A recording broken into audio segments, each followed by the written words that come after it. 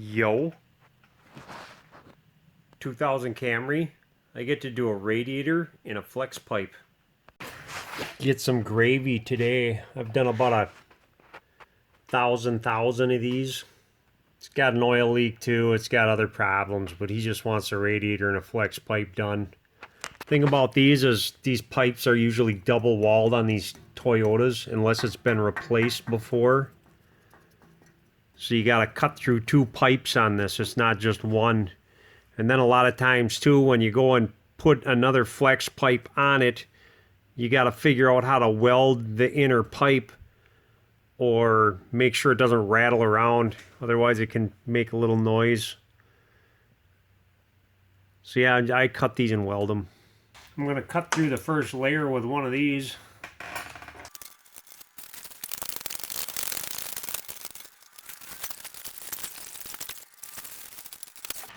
I like using those because then you don't have to waste saw blades. Those cutters usually never cut a pipe all the way through. There's always a little spot I gotta pop out. I think I'm getting lucky here. This must be an aftermarket converter on here because this doesn't have a double walled pipe on it. Amazing.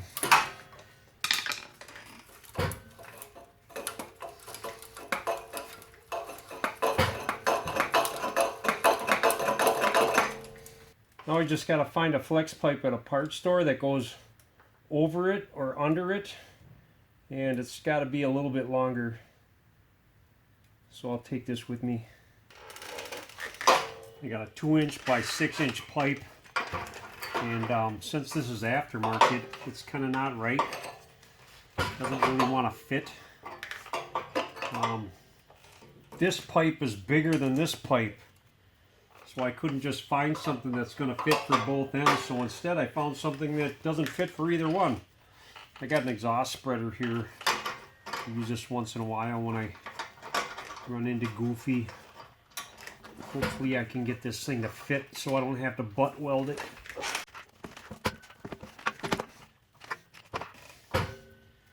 I opened that up enough. Now I just got to open up this side a little bit. I'm going to put it on the vise and I'm going to open this end up so it'll fit onto here. And this one will go in just a little bit.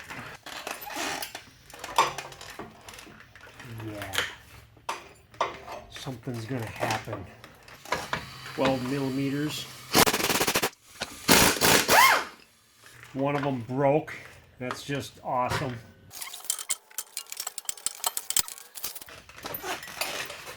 I'm going to spread this even more.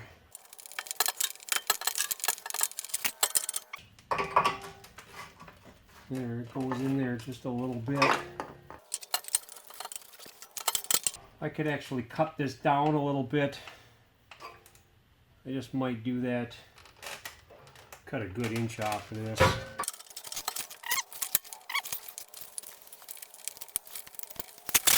Unfortunately, there's not much I can do for that bolt now. Unless I wanted to spend some major time on it. Now it's time to weld. I'm going to get my camera nice and far away too because I don't want any metal slag hitting it.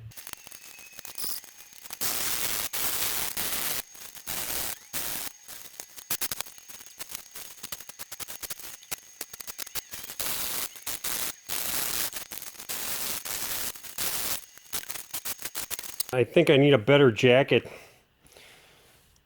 I burned the zipper off in my leather jacket, so I gotta find something better. I burned my tummy. That didn't tickle. There's a drain plug down here. I already opened it up. This little white knob. Drain the radiator out that way.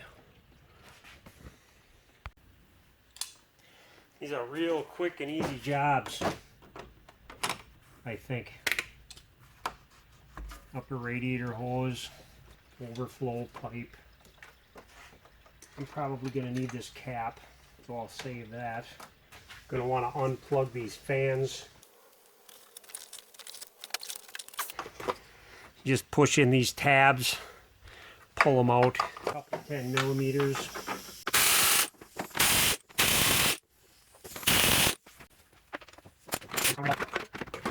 hope I got an extra wire on this one. Oh, there's a sensor down there. Lovely. Just get in here with a needle nose and push that clip in and get that sensor out of it. There's a tab on here I'm going to try to save. Funky. I got the whole dang wire. Hose clamp on the lower radiator hose. I always find these transmission lines are easier to deal with if I leave them on the radiator. This car's got me burning and bleeding.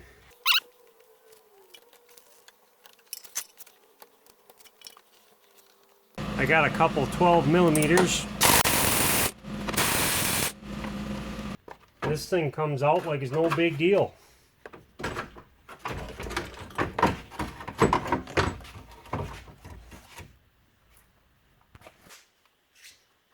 I'm just going to put this back down in the pocket. Hello? Hello, you have like 2 minutes for me to pick your brain quick? Yeah, sure. Go pick away. What the fuck? How?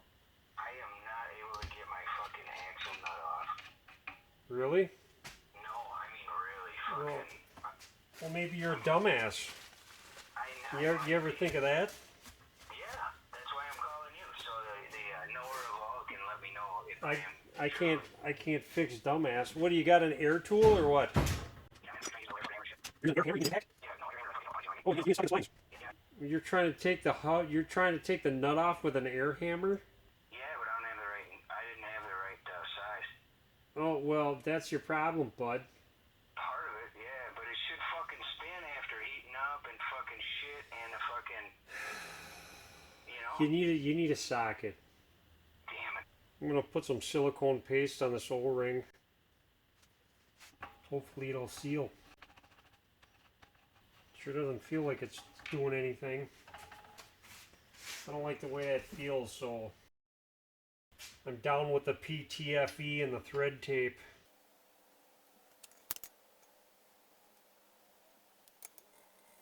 Stuff really doesn't do too much good on a straight thread, but I'm doing it anyways. This is a 19 millimeter. Can't really get it too tight, it's all plastic.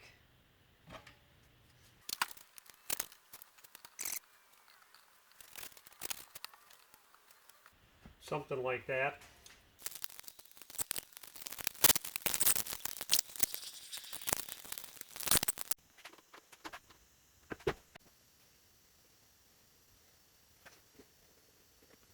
Here it is. I'm environmentally friendly. Saving the planet because I am recycling. That coolant looks a little thick. I better check it. I got a refractometer.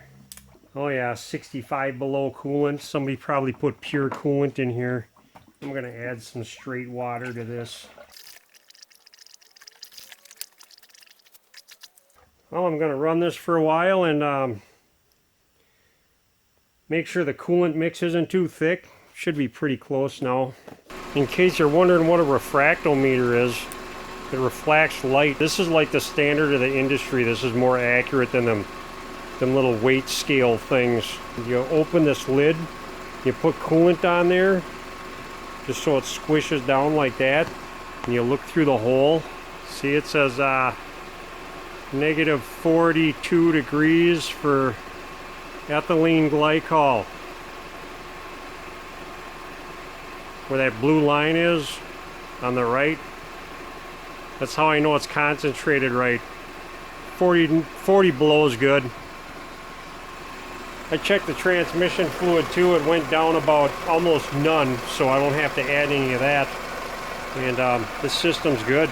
Okay, bye.